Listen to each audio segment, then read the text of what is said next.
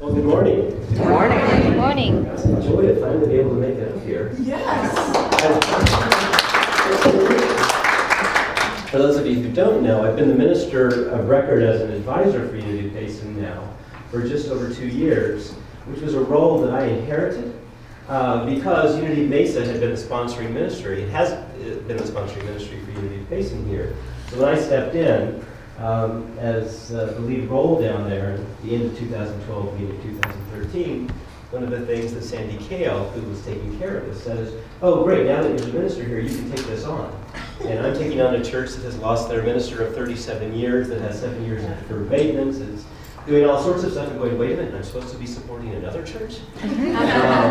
So I appreciate your patience to try and find a time that I could be able to come up, and I'm just happy to report that even though we are in the midst of having to rebuild our sanctuary because our ceiling dropped during Christmas, unexpectedly, unfortunately not on top of anybody, amidst all that going on, yeah, I come up for a weekend in Payson. Right?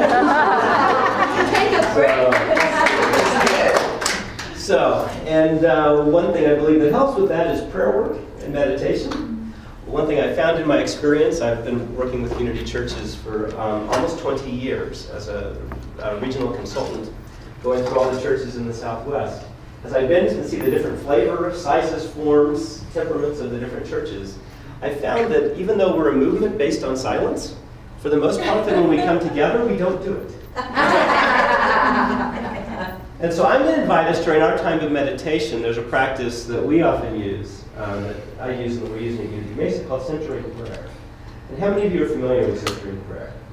There's been a resurgence of it. Kind of, it's the Christian meditative, mystical side of things, thanks to Thomas Keating and others, that has brought back, again, the meditative side, which so much of Christianity made wrong for so many years. That thought if we stilled our thoughts and were silent, bad things would come in. And we know that that's not true, that God, there's only one power, one presence. And therefore, when we still the mind, we allow ourselves to be one with that very presence. And it also allows us, when we notice where our mind wants to go. I believe that's one of the greatest gifts of meditation, is when we realize we have been struggled and not had the meditative experiences that we've sought.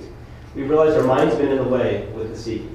So with this practice, it's very simple. I'm going to invite you, I'm going to give us a word. If it works for you, great. If not, pick another one.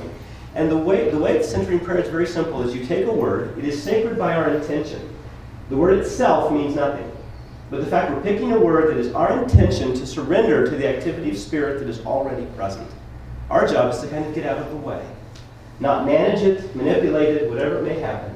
And we use that word that when we notice our thought, ourself wanting to come back to thoughts and other activity, we just come back to that word to remind us of our intention to surrender. So it's not a focused meditation, right? Usually a meditation, if you're given a word, is a mantra, and you focus upon it to maintain discipline. This is the exact opposite. The word reminds me that I've been thinking about a lot of other stuff. Instead of my intention to surrender to be one with Spirit. That's all it is.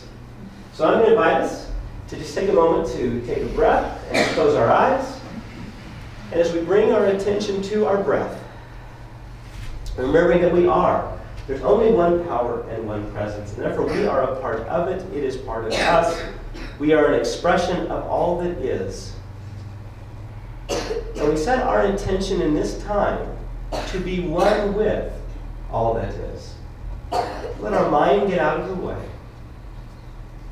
And if our mind wants to be active and to show up, we're not making that wrong. We're going to acknowledge it, to observe it for what it is, an activity of the ego, and use our centering word, which today will be peace, to just float back into the oneness of consciousness that is there. And we take some time just to be one with all that is. And we use our word peace to call us back to that intention when we find our body, our thoughts, our environment wanting to call us out of the oneness that already is. And we just breathe into that and take time in silence.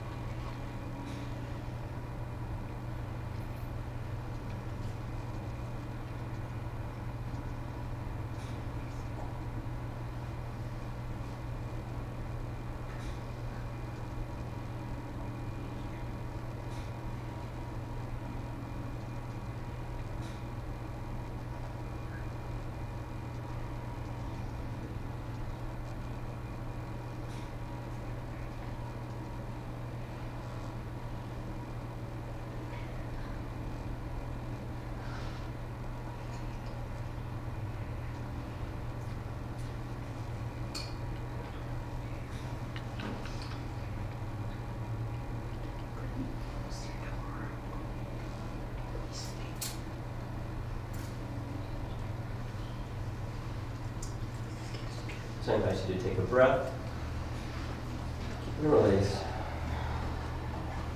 Take another deep, life-affirming breath and release. And we'll just leave that peace within our interior space. And remembering our connection to that oneness with Spirit. And so it is. Amen. Right, so am I supposed to say my name in the lesson title, right? For the recording? So, Mark Fisk and Innovative Spirituality. So,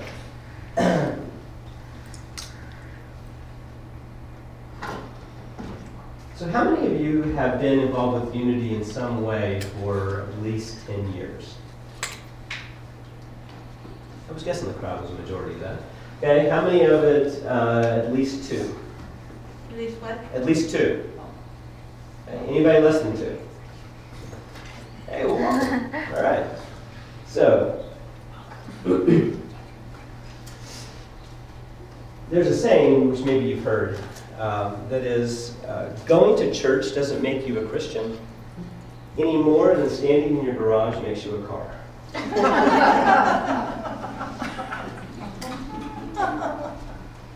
I love that because, honestly, when I was a kid growing up in Oklahoma, going to church was something you did because, the church of my upbringing is a good Methodist there. Going to church was a part of made you a Methodist or a Christian. And as I got older, it said, well, it really didn't matter what building you showed up to or what you called yourself. It was how did you apply it into your life. And I think that's one of the challenges with us within Unity, is that we deal a lot with awareness. We're part of the New Thought movement. And New Thought being we're aware that we're always open to the possibility of a new thought. And a new thought can bring us to a new experience of life. And it's a recognition that as humans, we are always evolving in consciousness. Recognize that we always have, we appreciate the gains that we've made, and an awareness that we are always on the edge of a question. We talk about living in the question. We live in a question. The question takes us, invites that secret part of us to find an answer. But that answer will take us to a new question. Right. There's no point in life where you're at the edge and you figured it all out. I mean, is there any part of your own life now where you're at an edge? I mean, you're at the end, right? There's always something else ahead. It's hard for the human mind to get around the idea of the infinite. That's why we take God and compartmentalize God. We take the infinite, we've got to give it balance, and so we give it shape and identity. The trick is when we believe that that's all there is to it, and we make that the one only way to see it. So part of the path is looking at, as I'm moving, what am I opening to? What question am I living in right now? And what answers have I figured out? I believe one of the challenges it's one of the gifts of traditional Christianity, and one of its limitations is the belief in kind of one and done. That traditional Christianity gives certainty, right? It says, here's a way of seeing and understanding the world, of understanding God and theology and the rules, and as the church has defined it. And I can say with certainty in a black and white rule that if you do this, you're among the chosen and saved. And if you don't, you're on the outside. And I can give you with certainty that if you do this in this lifetime, you will then get an eternal heaven. It's kind of the, in the fairy tale stories, how does a fairy tale story end? And at the very end, they live happily ever after. Right? Instead of saying, and life goes on in greater ways. Yeah, right.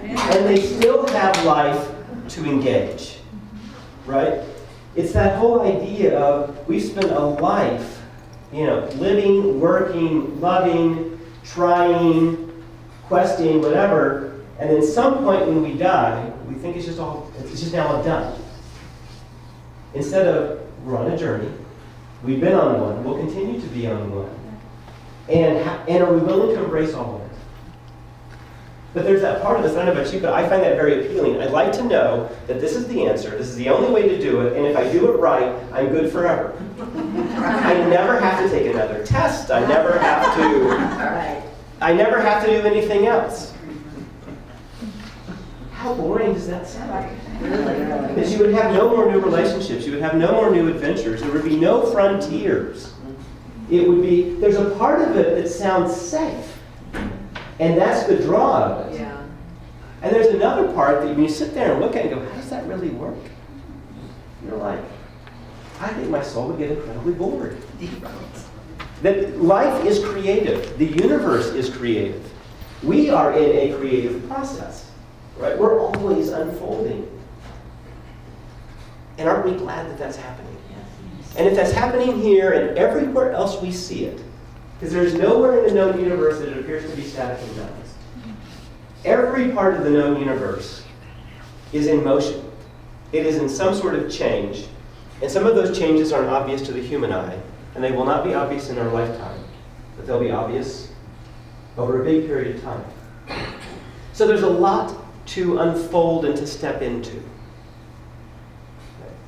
So the challenge and the downside of that is that the cost is we give up certainty. And we have to embrace, I happen to enjoy uncertainty. That we are always in a realm of possibility. And that can be the ups and it can be the downs. Okay. But it's a creative space to be in. But I'm giving up. This is the way it will always be, and there's only one way to see it. And sometimes I really want that. And sometimes I don't. I really want that, particularly when I feel that everything's going incredibly well in the way that I see life. This is kind of how I believe the world is going. I don't want that when I want to have change in the process. So what happens, though, is as we, within Unity, we don't actually teach. We have principles, but they invite us into questions. They invite us into an unfolding into that unfolding relationship with consciousness. That we're always going to be open to learn more. And we've been doing that our whole life. The challenge is when we were younger, we couldn't probably wait to grow up. We couldn't wait for the life to be different and to see the world differently than we were little, right? I mean, I was fourth of 5 kids, so I had older siblings, so I always wanted to be among older people and to see, have a more mature view of things. I couldn't wait to grow up. Now that I have a 5-year-old, oh my God, I love the imagination world of the 5-year-old. And enjoy spending time with it. But we have these developmental stages that we move through, and at some point you hit a moment where you have changed enough that you can't see the world the same way that it was. We start with believing that the world is all about us, and that everybody is about us. Everybody exists to meet our needs. Then at some point you realize that's not true. Some of us don't grow out of that very quickly. Okay? And then we hit a point where the world's very black and white. There's right and there's wrong, very clearly, and there's only one way to see the world, and we are aligned with that. Okay? That's a great spot to be the center of the universe and always to be right. And then you realize that there's gray, and there's multiple points of view. Yes. And when you go to that place, you can't go back to the certainty that's there. And then the world's kind of gray, but then you realize it's a fog. You know there's many pieces, but you don't know what they all are. And you keep moving through these places. And at some point, we believe that we have hit the final level. But the truth is, there's always going to be something a little bit more that we don't quite see. When we've done analyzing the outside world, we go into the interior world to see what is in there. And the challenge is, each step along the way, we have what's called an awakening. Something happens. A life experience happens. We read, we watch something, we question something, and there's a little click and a aha. And you go, huh, That doesn't match with what I knew. Again, and it could be from when we saw the world very black and white, till you go, wait a minute, that other side makes sense. How can that be? I can't go back to now being this is the only way to see it. Or, in one of these stages, it's us and them. Yes, it's people who look like us, think like us, live where we are, whatever it is. And then we realize that the them look a lot like us, and the rest is bigger. And then you can't go back. Or you have an awakening that says, I put all my energy and all my life and all my work into building this life that I have, the job that I have, the home, the family I have, the priorities that I have. Something happens and you go, I put all my energy into building this, and I'm not sure that this is what I really want. Maybe now with where I'm at, I have to step away from something. I need to change how I am in a relationship with people, whether it's family, whether it's work, whatever it may be. I had that, when I was working in New York. I was always kind of spiritually minded, very materialistic. So, one of my goals in life was to work on Wall Street. So I went to Ivy League College, got to be a job as a financial analyst with an investment bank. And after college, I spent time taking savings banks, mutual savings banks public, and having them taken over, which is an awesome experience to have, and I believe that was the goal. And you heard in my bio that I'm into the year doing a walkabout around the world. What's missing is, in the middle of my career there, I was crossing Broadway at 73rd Street, and on a Saturday afternoon, and a cab ran a red light, and we both went down Broadway about 90 feet. And it's one of those that all that I had was some road rash and a dislocated shoulder, and somehow survived being hurtled 90 feet down Broadway without serious head trauma, without major brain injury, broken bones, whatever. When it happened, it was like, okay, I survived, I'm good, get a couple weeks off work, I get an insurance settlement, and I'm in France a month later on vacation. And then I had a dream. And the dream was revisiting every way that accident could have happened. And no matter how I went, I was flattened, there was another car in the intersection, my head hit the windshield, it was catastrophic, except the way that I hit. That planted the seed that I had not had, which was, if my life is to end tomorrow, is this what I want it to be about? Taking banks public, then taking them over. And we all make money. And the answer was no. And I didn't know what it was, but I knew there was something else out there, and I'd have to find it. But the very rational part of me was, but I need to make sure that I stay and get my bonus and all that stuff before I leave. Right. Timing is everything. Exactly. So I actually stayed for another couple of years. In this sorting out of, there was something moving, there was no obvious answer. But it was moving me in a direction so that when I did leave, I couldn't go back, and I couldn't see the world the same way it is. Now, that's kind of a big example, but don't we have other little ones throughout where you're going, how does this work? Is this really what I want? And then we have to begin searching and to find the answer. But in the process of doing that, I found myself moving through different spiritual communities. And I found myself as a seeker. And one of the beliefs that I had to give way is I always knew for me as a young kid that only you can do your spiritual work. Right? Only you can do your spiritual work. No one can do it for you. Well, what I realized is that you never do it alone. You always do it in relationship to others. So I saw myself as I did my walkabout, spiritual walkabout for a couple of years.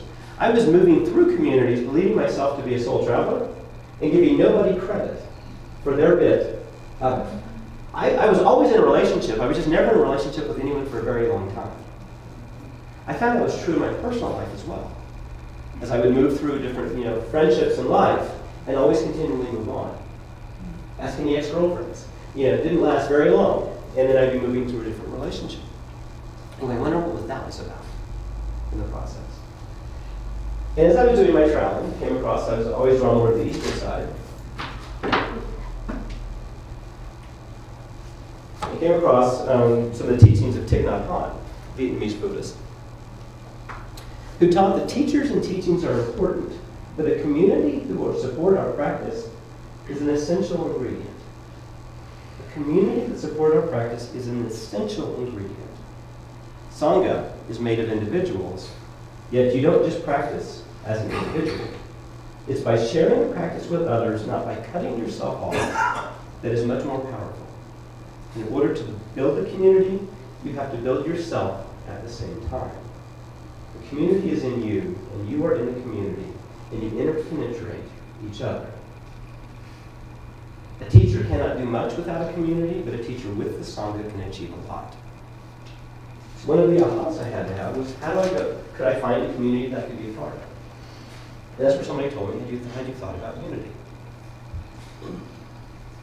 Which ended up landing me in Unity of Mesa 20 some odd years ago, and who knew I'd come back 20 years later to actually lead the community. So we have these little ahas that happen, right? But one of the pieces of it is what do you do with it? You hold it out there as a theoretical thing to play with. So when I had my accident and said, I knew that this isn't what I'm going to do for the rest of my life, but my life is heading in this direction. I put a lot of energy to it. I have a nice condo and, apartment and a good job, and I'm making more than my dad ever did. And, here I am in my early 20s. That part was still there. It took a couple of years for this piece to continue to connect with other pieces to go, I need to find something else. And I don't know where it's going to take me, but I now have the confidence to follow that trail and to open to the adventure of what's going to happen. And since I've done that, I found that continually happens all the time. In our lives, I'm dealing with things in ministry I never thought would ever have to deal with. And are finding my way. And when I do that, I also then look and say, how does that show up in my life? Where is that working in me? And what do I have to gain from it? Because I think what happens within us within Unity a lot is we have an idea and a new thought. It sounds really nice, and we hold it out here. We make sure it doesn't interact or threaten any part of our known life as it is now. And our head tells us that this is a higher thought, and because I know it, and because I can see it, and because I can name it, therefore I must be embodying it. That's not true. Just because I can read it and quote it doesn't mean it's all integrated into my life. I've met all sorts of wonderful spiritual speakers who are fantastic on a platform and can speak every spiritual platitude and brilliant thing you want, and when you look at them behind their life, you're like, wow. They do not match the message that's here. And quite honestly, none of us match our message completely. Because we have parts of us from earlier times, from earlier points of view and earlier experiences that haven't got the message. So that's why when we have a new belief and a new thought that comes in, you're working with prosperity. Well, prosperity is not just about money. I will tell you, I have found in my job that I am now making less than I ever have in my life and I'm feeling far from more fulfilled. It's not about that. So when you realize that awareness, you're going, oh, so it's about relationships, it's about health, it's about where I put my time, what I value. Prosperity is about the alignment of my values with the outpicturing of my life. Well, how's that working for me? And then am I willing to dive into that to see what I've created? And then I get to embody it and integrate it into my life. And if I bump into something, it's very easy to run away. That's one of the opportunities to be within community, right? We get to actually practice what we believe. We have people that can support us. And we see how we show up within that community. Are we embodying the very things that we teach? Are we embodying the questing aspect of things? Are we embodying allowing everybody to be perfect right where they're at with everybody having room to grow? Are we honoring, gifts and learning curves? Am I honoring that in myself, in the process? And when we teach something, how are we putting that into practice? Like I said, I started saying, Unity teaches about silence. And for the most part, it's very hard to find a Unity church that actually practices it. It tells you to go do it when we're not together. But there's power in doing it in silence together. Yes. So where I've landed after 20 years, 25 years now, of kind of questioning and wondering, what does this look like in the Unity world? I've gotten very much into integral theory, which is a theory for how you kind of hold everything together, see everybody at all their stages of development, and make it all right. And see them all as necessary, important, and everything within each part of us. I came across the work of Paul Smith, who was a former Baptist minister. He forced me to kick him out. Because he had an awakening that said he couldn't be aligned with the teachings that he had for so many years. It was a thriving church in Kansas City area. He wrote a book, we're using it as a basis for a lot of work doing it in Mesa this year, called Integral Christianity, the Spirit's Call to Evolve. He reminds us that today Christians live in the world and go to church. Notice, today Christians live in the world and go to church. The first Christians lived in the church and went to the world. They were mystics with a community. He talked about that the earliest travelers made church an all-time living reality rather than a weekly meeting to attend. Which goes back to, like I said, the Buddha's teaching about the power of Sangha. We're all on a spiritual path, only we can do our work, but there's power in doing it together, supporting others, and embracing our own learning curves in the process. He quotes Ken Wilber talking about that it takes a spiritual path and some sort of involvement with a spiritual community for people to convert integral theoretical understanding to an embodied, alive, realized understanding. It doesn't have to be in a church setting. It can be in an intentional relationship consciously in our homes, in our jobs, in our community groups, in various ways.